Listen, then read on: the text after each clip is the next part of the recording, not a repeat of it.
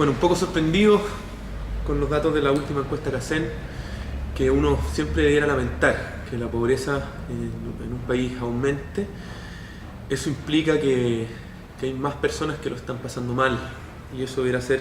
motivo y preocupación uno de cualquier gobierno, de un Estado completo.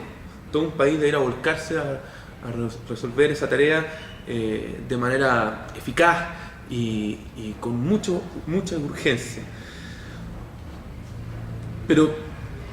más allá de los resultados, hay cosas que han llamado la atención. Hay un debate inmenso y grande respecto de qué significa que aumente, si razonablemente aumentó o no. Todavía no, mientras no podamos acceder a la base de datos completa, no vamos a saber si efectivamente este cambio es robusto. Una de las particularidades que tenía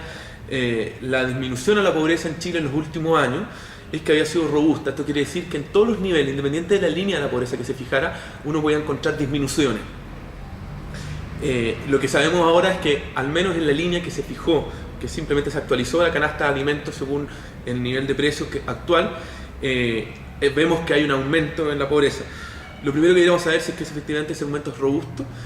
Al menos de la encuesta del 2006 nosotros nos damos cuenta que si uno cambiaba un poco la línea de la pobreza, la cantidad de personas que caía adentro se modificaba considerablemente. La línea de la pobreza es bastante sensible a la cantidad de pobres, o de otra manera, la cantidad de pobres es bastante sensible a la línea que se fije, el umbral que se defina como límite.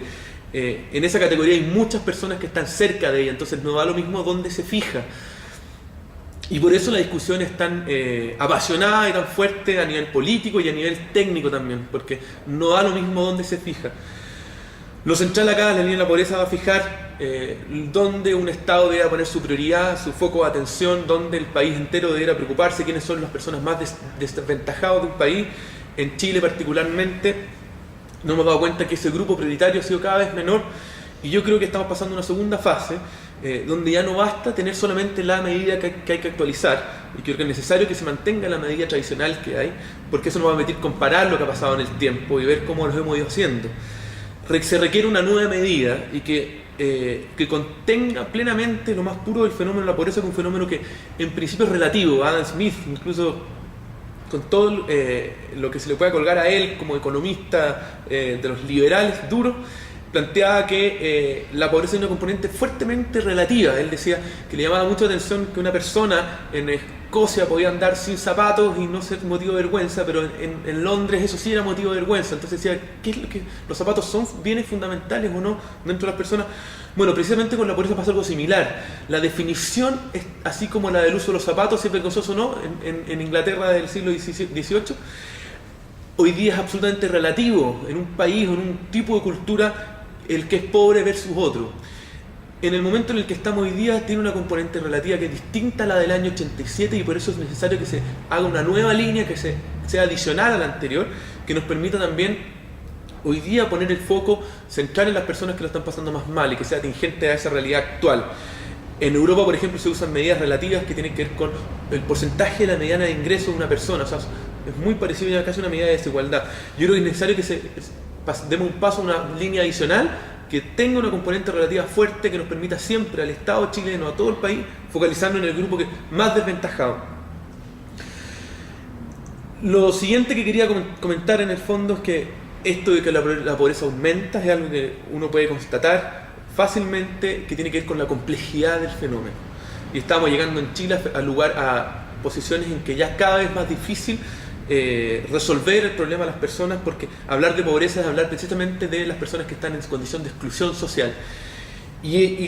atacar la exclusión social tiene que ver con incluso atacar conductas particulares de todas las personas que habitan en nuestro país, porque tiene que ver eso no solamente con problemas de ingreso, que no se resuelve con problemas de transferencia como algunos creen. Aquí no basta con que el Estado simplemente le transfiera recursos a las personas para que resuelva el problema de la pobreza, sino que se requiere aquí también coraje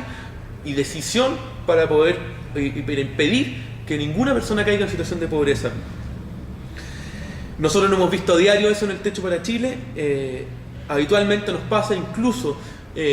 con familias de campamento que han trabajado y luchado por años por tener su vivienda definitiva. A la hora de empezar a construir su vivienda definitiva en un terreno, muchas veces vecinos que tienen un estándar un poquito mejor se oponen, ponen recursos de protección para que no se instale un proyecto de vivienda definitiva ahí, que impiden que la constructora empiece a hacerlo, intimidan a la constructora, y ahí la única manera de contravenir eso es con un Estado decidido a que nadie pueda boicotear, a que las personas más pobres incluso estén bien instaladas dentro de la sociedad, que tengan un buen espacio. Uno de los problemas en Chile hoy día es que los pobres los tenemos reunidos siempre entre personas pobres, a los ricos concentrados en una zona de la ciudad.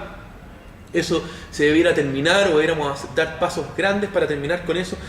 porque si no siempre vamos a tener condiciones de pobreza que lamentar, porque tiene una estrecha relación con el problema de la exclusión social. Aquí tiene que haber una decisión por romper con los círculos de exclusión, por romper con los signos de exclusión donde haya. La pobreza muchas veces no solamente es falta de ingreso, tiene que ver con problemas en el acceso a la educación, acceso a la salud, acceso a la justicia, que las personas entiendan y puedan acceder a un sistema digno que les permita romper con accesos precarios en cada uno de esos ámbitos. No se resuelve con un problema de transferencia. Yo creo que lo del ingreso ético familiar puede ser un gran avance, pero a punta de transferencias no se rompe la pobreza en Chile, porque que personas vivan o no accedan a tener los ingresos mínimos para subsistir tiene que ver también con un problema de exclusión que sufren, y eso lo hace sentir todo el sistema en el que estamos metidos. En el Techo para Chile estamos nosotros decididos a terminar con los campamentos como un primer avance en este término de la exclusión, y que vamos a seguro atacar el corazón de los problemas de pobreza, pero esta tarea sabemos que es muy compleja y se requiere